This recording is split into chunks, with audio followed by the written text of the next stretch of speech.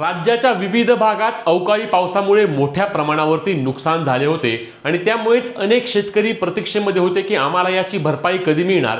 तर अखेरीस भरपाई रक्कम त्या ठिकाणी वितरित करण्याबाबतचा शासन निर्णय आलेला असून या शासन निर्णयानुसार 53 कोटी रुपये त्या ठिकाणी मंजूर झालेले आहेत। कोणत्या जिल्ह्यातील आणि किती शेतकऱ्यांना या ठिकाणी लाभ मिळणार आहे, कोणते शेतकरी पात्र ठरणार आहेत, सर्व सविस्तर माहिती आपण घेणार आहोत। कारण शासन निर्णयामध्ये सर्व काही नमूद करण्यात आले आहे। जिल्ह्यानुसार किती शेतकऱ्यांना लाभ मिळणार, तसेच या नुकसान भरपाईसाठी कोणत्या महिन्यापासून कोणत्या महिन्यापर्यंतचा त्या ठिकाणी समावेश करण्यात आलेला आहे, ही सर्व माहिती आपण आजच्या व्हिडिओमध्ये पाहणार आहोत। त्यामुळे व्हिडिओ शेवटपर्यंत पाहायचा आहे। चॅनलला सबस्क्राइब करून पेजला फॉलो करून घ्या, जेणेकरून सर्व योजनांसंदर्भातील अपडेट तुमच्यापर्यंत सर्वात आधी आणि सर्वात योग्य पद्धतीने पोहोचवण्याचे काम शेतकरी मित्रांनो आपण करतोय। तर चला या संदर्भातील GR नक्की काय सांगतो ते आपण पाहणार आहोत। कारण GR मुळे तुमच्या सर्व शंका या ठिकाणी दूर होणार आहेत। तर हा GR असणार आहे।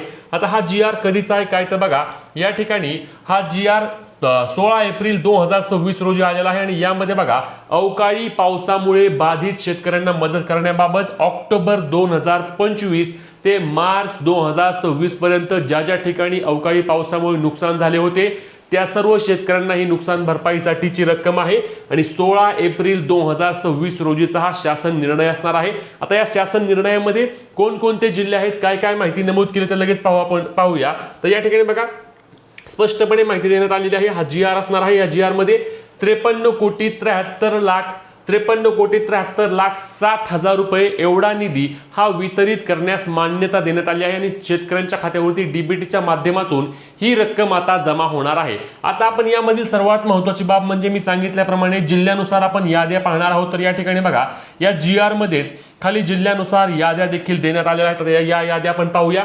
तर यामध्ये बघा सर्वात पहिलं आणि महत्त्वाचं म्हणजे नागपूर विभागामध्ये गोंदिया आणि वर्धा हे दोन जिल्हे त्या ठिकाणी नुकसान भरपाईसाठी पात्र ठरले असून यामध्ये फेब्रुवारी 2026 मध्ये गोंदिया जिल्ह्यातील 15 शेतकरी आणि वर्धा जिल्ह्यातील 1489 शेतकरी असे 1504 बाधित शेतकऱ्यांना त्या ठिकाणी 113 लाख रुपयांचे नुकसान मंजूर करण्यात आले आहे। नुकसान भरपाई त्या ठिकाणी मंजूर करण्यात आली आहे आणि खात्यावरती रक्कम जमा होईल। ज्यांचे पंचनामे झाले होते अशा सर्व शेतकऱ्यांना याचा लाभ मिळेल। त्यानंतर पुणे विभाग आहे। पुणे विभागामध्ये सोलापूर आणि सातारा हे दोन जिल्हे आहेत।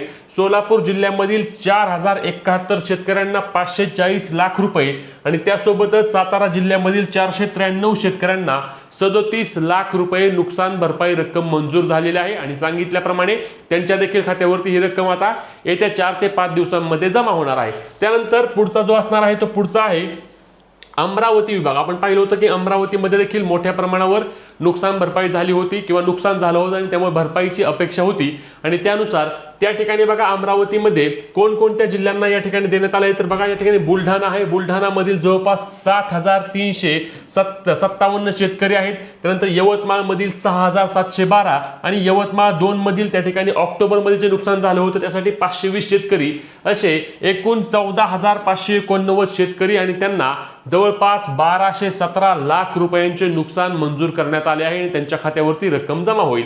त्यानंतर बुलढाणामध्ये नोव्हेंबर 2025 मध्ये बघा 3020 लाख रुपये अशी नुकसान भरपाई त्या ठिकाणी मंजूर करण्यात आलेली आहे। आता अमरावती विभाग झाल्यानंतर छत्रपती संभाजीनगर मध्ये नांदेड आहे आणि लातूर आहे। लातूर मध्ये आपण पाहिलं होतं की मोठ्या प्रमाणावर त्या ठिकाणी अवकाळीमुळे नुकसान झालं होतं आणि लातूर मधील जवळपास त्या ठिकाणी 5116 शेतकरी त्या ठिकाणी आहेत आणि 1553 हेक्टर क्षेत्र बाधित दाखवले।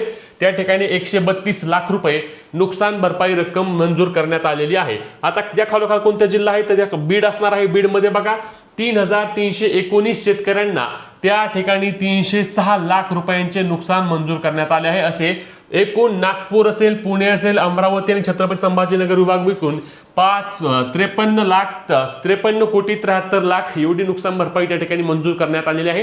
हे कोणकोणते आहे तर आपण सांगितल्याप्रमाणे मार्च 2026 पर्यंत म्हणजेच की जवळपास ऑक्टोबर 2025 पासून मार्च 2026 पर्यंत ज्या भागामध्ये अवकाळी पाऊस झाला होता, नुकसान झालं होतं आणि शेतकऱ्यांचे पंचनामे झाले होते त्या पंचनाम्यांसाठीची ही रक्कम त्या ठिकाणी मंजूर करण्यात आली आहे आणि शेतकऱ्यांच्या खात्यावरती DBTच्या माध्यमातून जमा होईल। फार्मर ID काढलेलं असणे आवश्यक आहे। त्यामुळे ज्या शेतकऱ्यांचे पंचनामे झाले झाले होते, त्या शेतकऱ्यांनी लवकरात लवकर आपले फार्मर आयडी काढून घ्या, जेणेकरून ही रक्कम तुमच्या खात्यावरती जमा होणार आहे. तुमचे देखील नुकसान झाले होते आणि पंचनामे झाले होऊन रक्कम किती होती नक्की कमेंट करून सांगा. व्हिडिओ शेअर करून अपडेटसाठी आपल्या पेजला फॉलो आणि चॅनलला सबस्क्राईब करा.